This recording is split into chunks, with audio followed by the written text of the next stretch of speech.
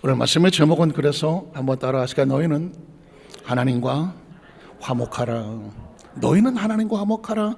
이건 누가 어떻게 만들어 명제가 아니라 오늘 성경이 우리에게 선포하고 있습니다. 당신은 하나님과 화목하십시오. 우리 지난주 금요철야 설교 제목을 기억하실까 하면은 잔인하죠. 제가 힌트, 혹시 고속도로에 가다가 보면 비트박스 쏘는 거 보셨나요? 비트박스, 붙이기 이런 비트박스 말고 별로 반응이 없어요. 비가 뭐예요? 비. 차가 사고가 나거든 비상등을 켜라. 그렇죠? 트는 뭐예요? 트렁크를 열어라. 이 트렁크를 열어놓으면 고속도로에 트렁크 열린 차는 문제가 있구나. 누가 알아차리잖아요. 박은 뭐예요? 밖으로 나와라. 그 안에 들어있다가 또 누가 와서 받을 수도 있으니까 밖으로 나와라. 스는 뭐예요? 스마트폰으로 119에 연결을 하든지 전화하라는 거죠. 누가 만들었는지 모르지만 처음에는 유치하게 비트박스가 뭐야?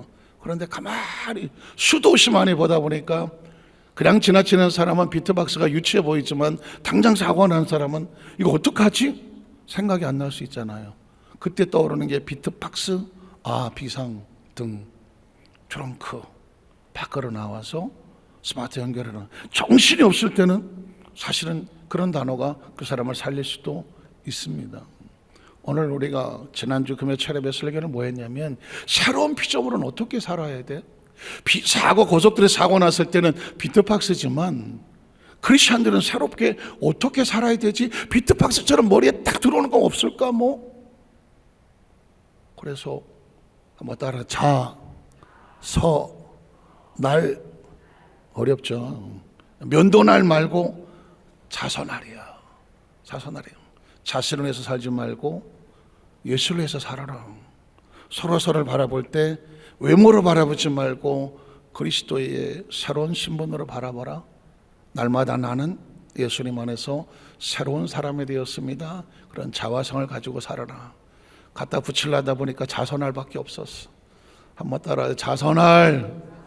면도날 말고 자선날. 자신을 위해 살지 말고 예수를 위해서 살고 서로 바라볼 때 아휴 저거 뭐야? 외모로 보지 말고 그리스도의 모습으로 바라보고 그리고 날마다 나는 그리스도 새로운 자화상을 가진 존재로 바라보라. 성경은 그렇게 말하거든요. 고린도후서 5장 15절로 17절에 보면 그 모든 사람을 대신하여 죽으심은 살아있는 자들 하여금 다시는 그들 자신을 위해서 하지 말고 어떻게 오직 그들을 대신해 죽었다가 다시 살아나신 이를 위하여 살게 하라. 자신을 위해서 살지 말고 예수를 위해서 살게 하라. 그 다음 절에 보면 그러므로 우리가 이제부터는 어떤 사람도 육신을 따라서 그 사람 그런 사람이야 육신을 따라 알지 아니하노라. 비록 우리가 그리스도의 육신을 따라 알았으나 이제부터는 육신으로 살지 아니하고 그래서 새로운 자화상으로 알게 바라보게 된다. 그 다음 절은 뭐예요? 그런 정도고 이제 그리스도 안에 있으면 새로운 피조물이라. 이전 것은 지나갔으니 보라 뭐가 됐다. 새 것이 됐어. 매일매일 우리는 예수님 안에서 새로운 자화상을 바라보기를 주의 이름으로 축복합니다. 이런 새로운 피조물들에게 주시는 명령이 하나 있어요. 그건 뭐냐면 매일매일 너희는 하나님과 화목할지어다. 우린 첫 번째로 우리는 그리스도 안에서 화목하게 하는 직분을 받았다는 것입니다. 아니 그리스도 안에서 우리가 하나님과 화목하는 건 해도 되고 안 해도 되는 거 아니더라고. 예수님을 구주로 믿었다면 우리에게 맡겨진 사명이 있는데 너는 반드시 화목하게 하는 직분 맡은 자가 됐다는 것을 기억하라는 것입니다. 오늘 18절은 이렇게 말합니다. 모든 것이 하나님께로 났으며. 여러분 이 한 구절에 우주가 어떻고 인생이 어떻고 내 존재가 어떻고 이 한 구절 속에 여러분의 모든 신앙이 농축이 되기를 주의 이름으로 축복합니다. 모든 것이 어디서 왔다고요? 확실합니까? 모든 것이 하나님께로 왔어. 이것만 가지고 있으면 인생에 어떤 문제를 만난다고 할지라도 유유자적하게 당황하지 않고 놀라지 않고 두려워하지 아니하고 그 상황 속에 절대 이 믿음을 가지고 버텨낼 수가 있어. 모든 게 어디서부터 왔다고? 하나님께로 왔어. 장자라고 하는 사람이 중국의 정신적인 지주거든요. 노자와 함께 도덕경을 쓰고 인간의 삶 속에서 어디까지 인간이 생각해낼 수 있는가 깜짝 놀랄 2500년 전의 사람인데 엄청난 사고를 가졌어요. 그분에게 아주 절친한 친구가 있었는데 어느 날 장자의 아내가 그만 세상을 떠났어요. 그렇게 금슬 좋던 그 부부였는데 아내가 먼저 세상을 떠났습니다. 그래서 그 장자의 집에 아주 좋은 친구가 그 집에 위문을 왔어요. 그러니 와서 보니까 뭐 여기저기 곡소리가 나고 뭐 슬픔이 가득 찬 줄 알았는데 아니 그 보니까 막 장구 소리가 나고 징 소리가 나고 막 춤추는 소리가 나는 거예요. 들어가 보니까 장자가 북을 치면서 막 웃고 떠들고 있어. 딱 보니까 자기 아내가 죽었는데 북치고 장구치고 저렇게 좋아하는 건 이건 사람도 아니다. 그래서 화를 냈어요. 이복의 장자, 자네 지금 뭐 하는 짓인가? 그러면 왜? 아니 자네 아내가 세상을 떠났는데 죽었는데 이게 무슨 짓이야? 곡은 못할 망정 무슨 장구를 치고 징을 치면서 춤을 추고 이렇게 좋아할 이게 사람의 도리인가? 그랬더니 그 장자가 이렇게 말하더랍니다. 이복에 내 말 좀 들어봐. 나도 내 아내가 세상을 떠났을 때 극한 슬픔에 빠졌어. 그런데 가만히 생각해 봤더니 지금 내 아내가 어떻게 이 세상에 태어났지? 생명을 생각해 봤더니 생명이란 처음에는 생명에 보이지 않는 기운이 있었을 거라고. 그 기운이 형체를 가졌겠지. 그 형체가 이 세상에 태어나서 내 아내가 됐잖아. 나와 같이 살았지. 그런데 그 내 아내가 죽었어. 그러면 죽은 다음에 내 아내는 어디로 갔을까? 태어나기 직전에 형체로 갔겠지. 그 형체는 어디서 왔을까? 보이지 않지만 기운에서 왔겠지. 생명의 기운에서. 그 생명의 기운은 지금 어디 있을까? 원래 있었던 곳에서 편안하게 있지 않겠나? 그러니 그 내 아내가 원래 있었던 곳에 가서 편안하게 생명의 기운으로 안식을 하고 있는데 내가 여기서 울고불고 난리치면 내 아내가 좋아하겠나? 그래서 나는 내 아내가, 내 부인이 원래 있던 생명의 기운으로 그곳에 가서 편안하게 안식할 걸 생각하니 내가 지금 징을 치고 북을 치면서 내가 아내를 위해서 기뻐하는 거라고. 여러분 혹시 이해가 되시겠어요? 장자가 크리스찬 얘기를 하는 게 아니에요. 2500년 전에 인간이 가지고 있는 사고 속에서 그런 사고를 할 수 있었을까?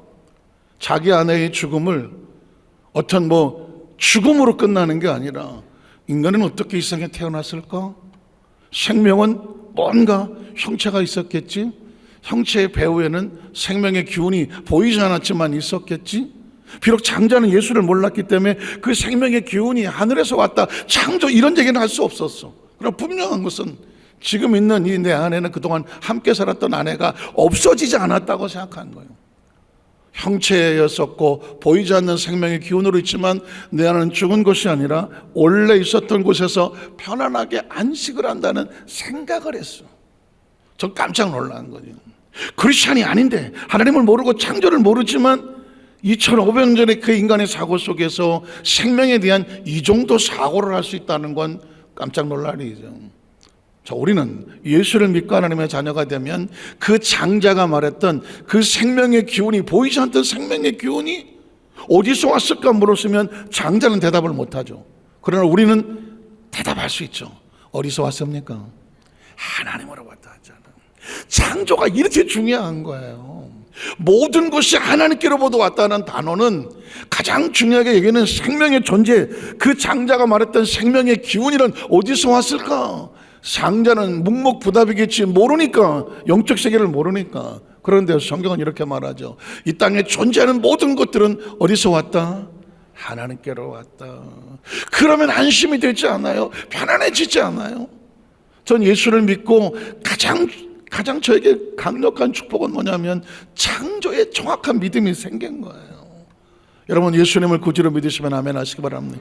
이 땅의 모든 것들이 무의미하게 어느 날 갑자기 무슨 외계에서 단세포가 와서 땅속에 지구에 떨어지고 거기서 CH4라는 메탄가스하고 어떻게 화학적을 일으켜서 그것이 단세포가 다세포가 되고 진화가 돼서 뭐 지금 우리가 됐다 이렇게 말하는 것에 대해서 전 절대로 동의할 수가 없어요. 우연히 되는 건 없어요. 그러면 그 외계에 온 단세포는 어디서 왔어? 아무도 대답 못해요.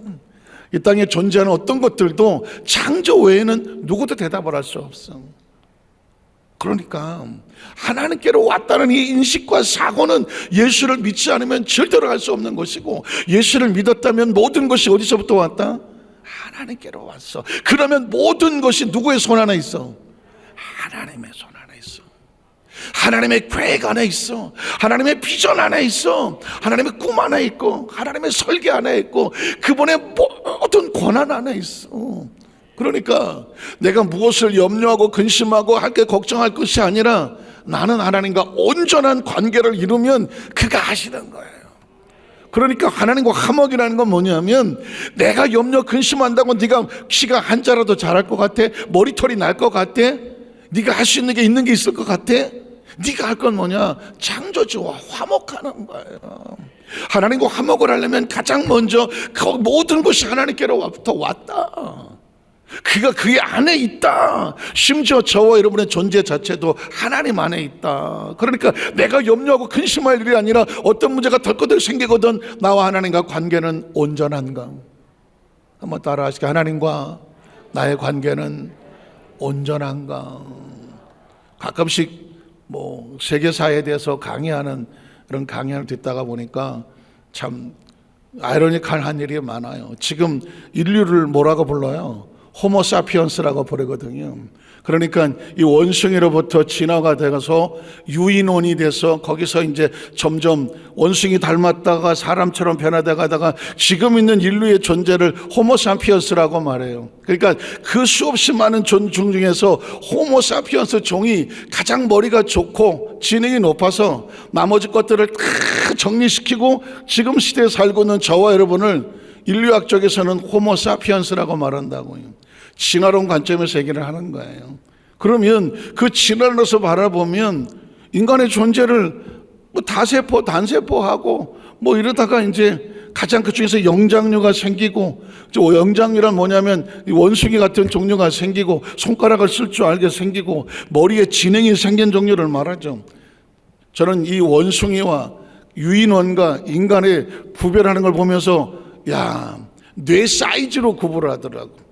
원숭이는 뭐 200에서 뭐 500 정도, 유인원은 뭐 700에서 800, 인간은 1500cc에서 2000cc 정도 뇌에 있는 능력을 가지고 얘기하더라고. 그러니까 이건 눈에 보이는 것밖에 얘기를 안 되는 거예요. 그러나 여러분 보십시오. 존재적으로 원숭이가 사람 됐다라고 하는 게 있어요? 없어요. 종 자체가 달라요. 종 자체가 다르다고. 그러니까 원숭이가 아무리 뭐 뇌 사이즈가 뭐 700, 800 해서 무슨 사람 비슷한 흉내를 낸다고 할지라도 그 머릿속에 영이 없잖아. 영이 없으니 하나님을 알 수가 없고, 원숭이 모여서 예배 드리는 거 봤어요? 없습니다. 돌고래의 지능이 IQ 70, 80을 하거든요. 예배 안 드립니다. 예배 안 드려요. 드릴 수가 없어요. 왜냐하면 하나님은 영이시니 예배한 자는 신령과 진정이라는 영이 있어야 되는 거거든요. 제가 이렇게 말씀드린 건 딴 거 아니에요. 철저하게 신앙의 처음은 어디서 출발하느냐? 모든 것은 어디서부터 왔다? 하나님으로부터 왔다.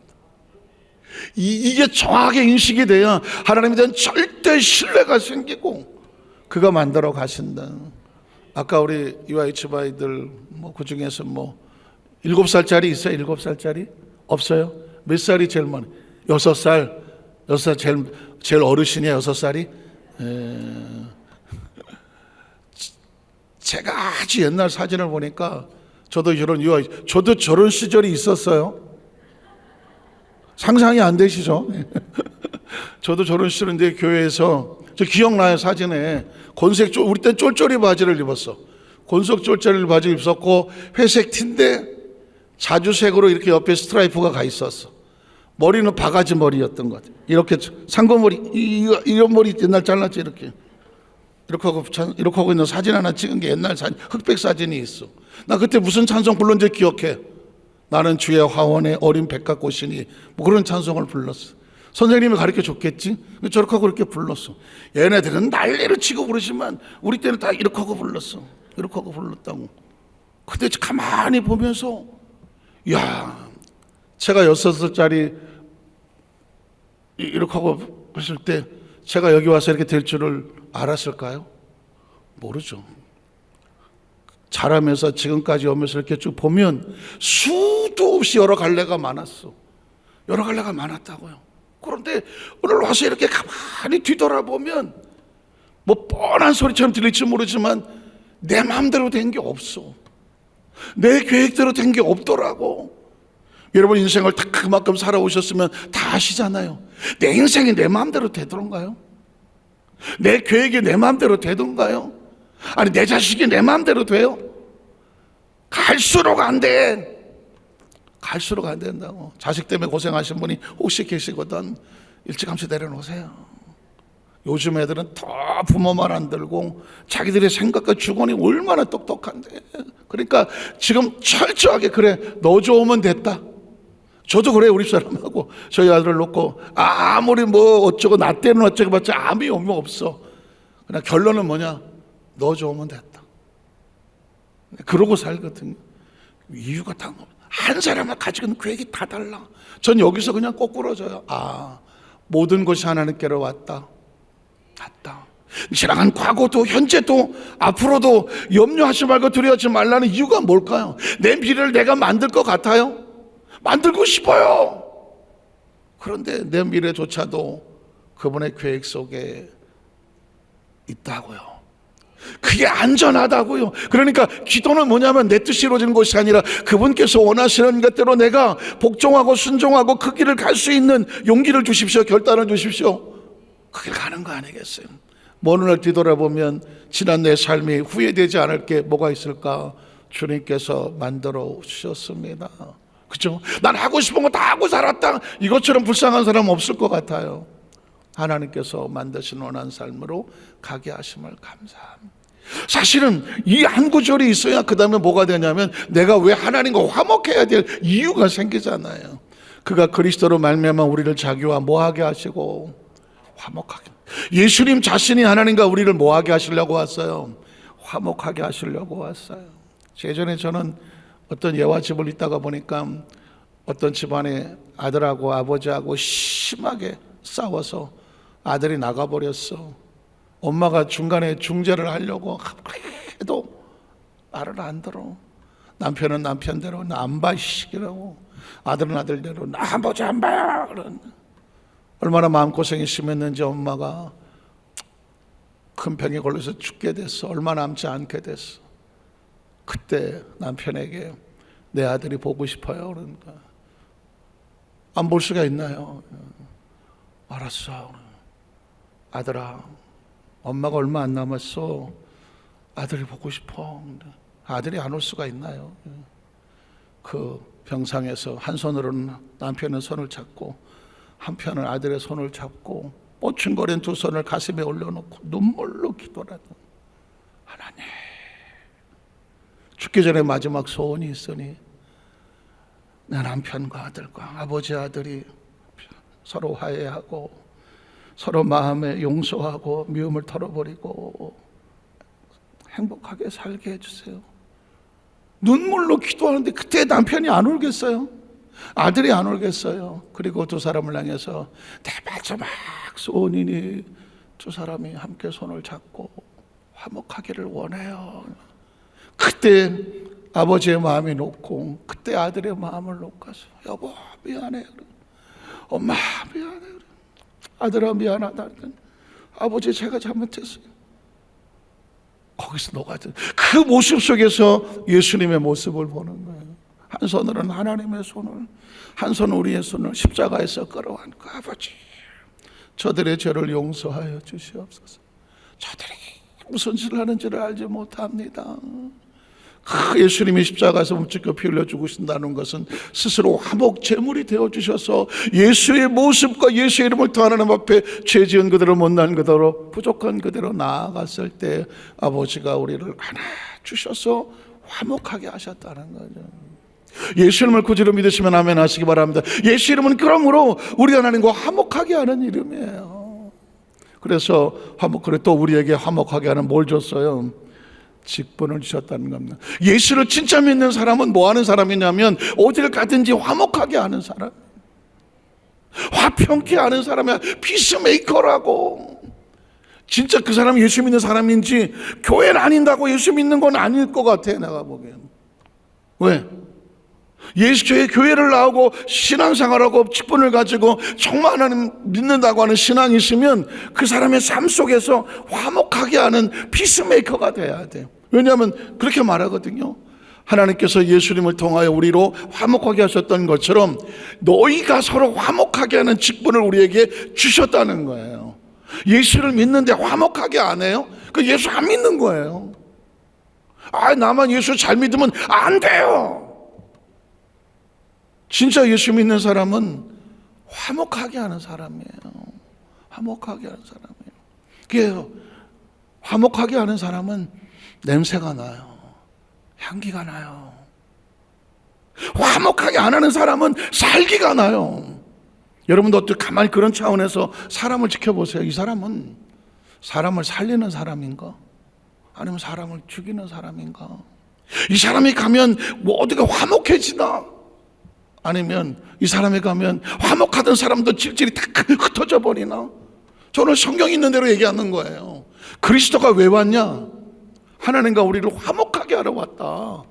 네가 예수를 믿는다면 너에게 하나님께 사명을 줬다, 미션을 줬다. 너는 화목하게 하는 자가 되라. 너에게 그 직분을 줬다고. 믿으십니까?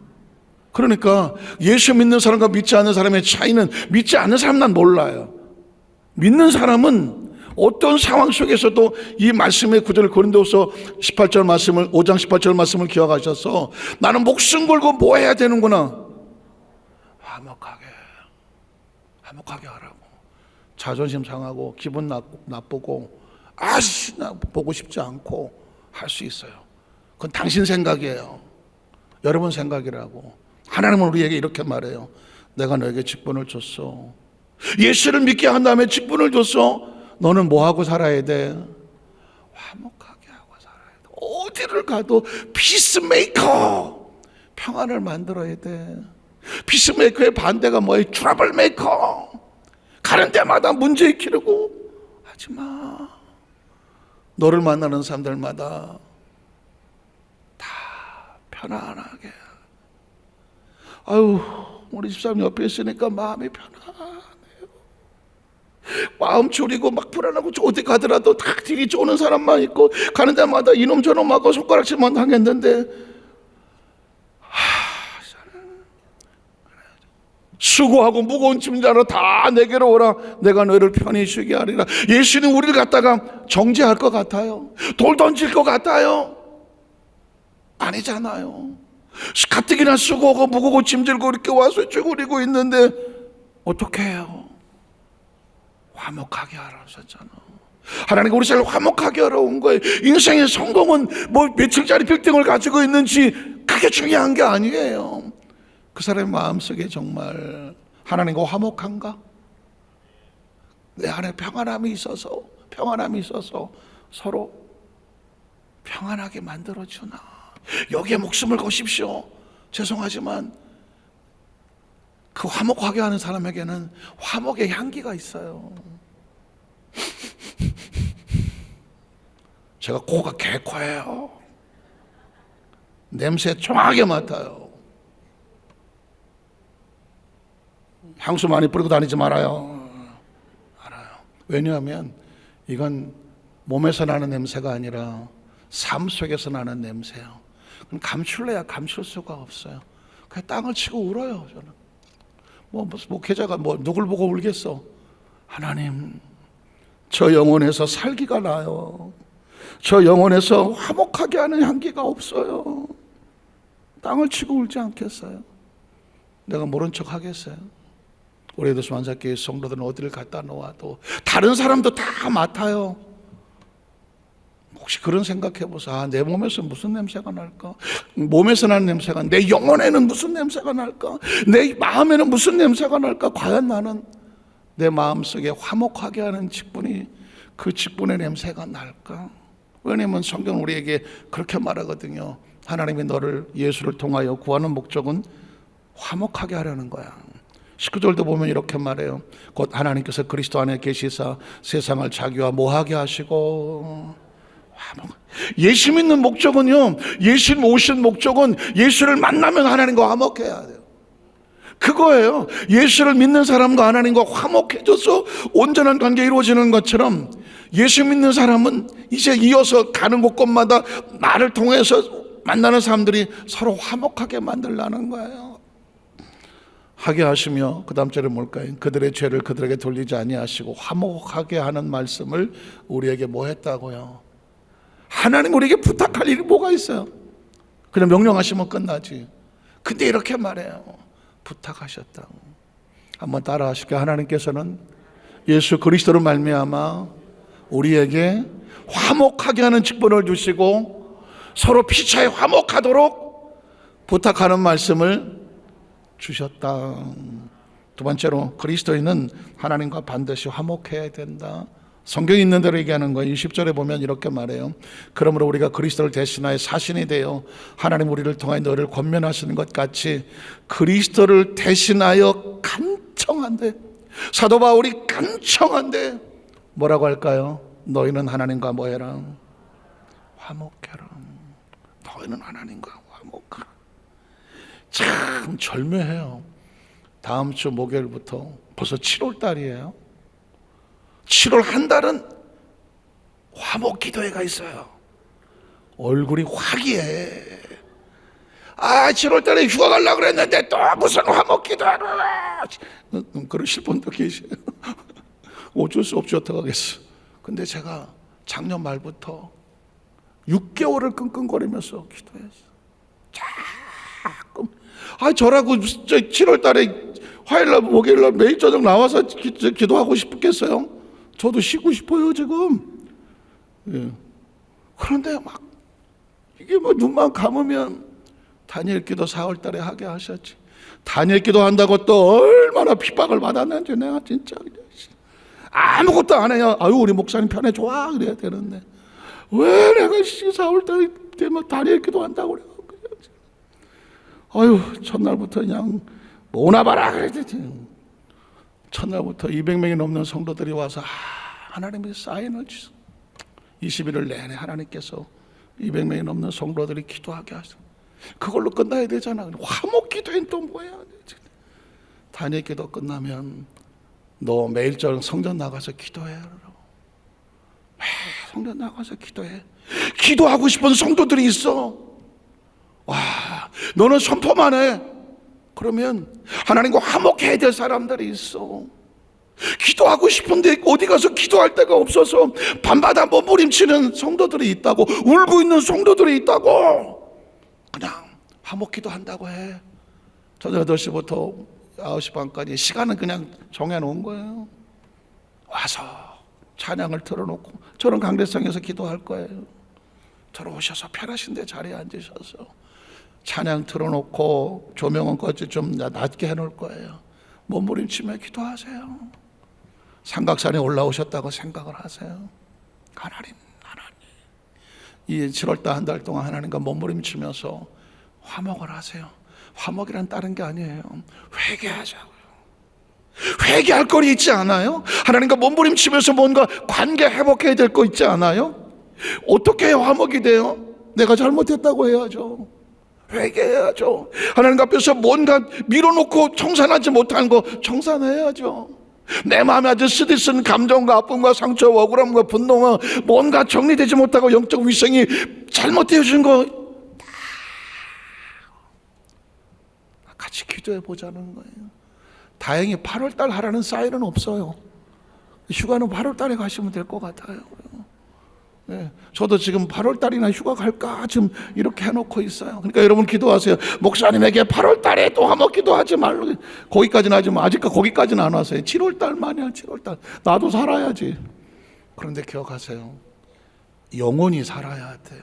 제가 그렇게 몸부림치는 딴 거 아니에요. 영이 하나님과 불편하잖아요. 다른 거 백날 땅바닥에 배 깔고 누워봐요. 영이 불안해서 못 살아요. 저 옛날에 그랬어요. 누워서 잘라 그러는데 벌떡 일어나서 너 뭐하냐 이 새끼야. 교회로 달려가갖고 통곡하고 울고 그러서 그게 하나님의 사인이더라고요. 기도하고 나서 비로소 내 영이 하나님께 온전히 쓰겠다니까 살 것 같은.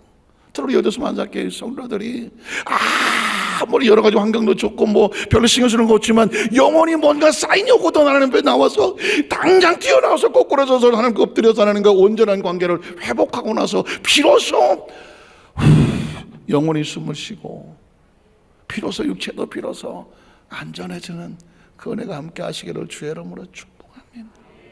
왜 화목 기도해요? 화요일하고 목요일이에요. 화요일하고 처음에는 화목 기도라고 생각을 안 했어요. 그냥 화요일하고 목요일. 근데 갑자기 넌 하나님과 화목해야 되더라고. 제가요? 내가 뭘 잘못했나요? 뭘 잘못해서가 아니라 내 심령에 하나님과 깊은 교통과 교조가 있을 때 그게 화목이에요. 우리 여덟 만삭교회 성도들에게 가장 신앙의 기초는 화목하고 시작해야 돼요. 그리고 그 위에 구하고 간구하고 이런 건 나중 문제예요. 하나님과 온전한 관계, 너의 자녀, 가정, 사업, 직장에 너의 질병에 어떤 문제가 있다고 하면 가장 먼저 하나님, 마치 탕자가 아버지, 내가 아버지께 하늘과 땅에 아버지께 죄를 지었습니다. 아버지가 아니라 종으로 여겨주세요. 왜 그러고 와요? 아버지와 뭐 하려고? 화목하려고 하는 거죠. 아버지 가슴에 대못을 받고 뛰쳐나갔는데 아버지가 받아줄지를 모르겠지만 나 아버지하고 화목하고 싶어요. 관계 회복하고 싶어서 나오는 거예요. 그렇게 나올 때 아버지가 어떻게 해요? 야 이 시기야 너 안 하잖아요. 아버지는 용서해 놓고 기다리잖아요. 7월 달 화목기도는 하나님이 용서해 놓고 기다리는 거예요. 왜냐하면 우리를 향한 하나님의 계획과 꿈이 있잖아요. 그런데 씻어야 그 다음에 뭘 어떻게 새 옷도 입혀주고 새 집을 주든지 새 몸을 주던가 뭐 새 은혜를 주던가 뭐 새 물질을 주던가 하지. 뭐 해야? 씻어야, 씻겨야, 깨끗해져야, 화목해야 뭐 주던가 말든가 하지. 부부싸움 백날 해놓고 아침에 밥 먹어요 그래요. 혼자 나가서 남편이 혼자 먹고 이거 아니잖아요. 혼자 성전에 와서 이렇게 있다고 해서 하나님이 들어요? 아니잖아요. 오늘 간절히 바라기는 여덟 산작교 우리 성도들이 그 은혜가 함께 하시고 주의 이름으로 축복합니다. 21절만 읽고 말씀을 마칩니다. 하나님의 죄를 알지도 못하신 이를 우리를 대신하여 죄로 삼으신 것은 우리로 하여금 그 안에서 하나님의 뭐가 된다? 의가 된다. 의는 다른 데서 얻지 않아요. 하나님과 화목해야 비로소 의를 얻게 되는 거예요. 우리 여도수 한사교회 성도들이 가장 신앙 기초는 어디서부터 시작한다? 하나님과 화목함으로. 이건 금요철에 설교로 끝나면 안 돼. 여러분의 평생 머릿속에 아침에 일어나서도 점심때도 저녁에도 오늘 하나님은 화목한가? 하나님과 화목하게 하시고 내 삶이 가장 중요한 모든 기초는 하나님과 화목으로부터 출발하고 하나님의 화목으로 진행되고 화목으로 결말되게 하여 주시옵소서. 천국은 누가 가요? 하나님과 화목한 자가 가죠. 기도하겠습니다. 하나님 감사합니다.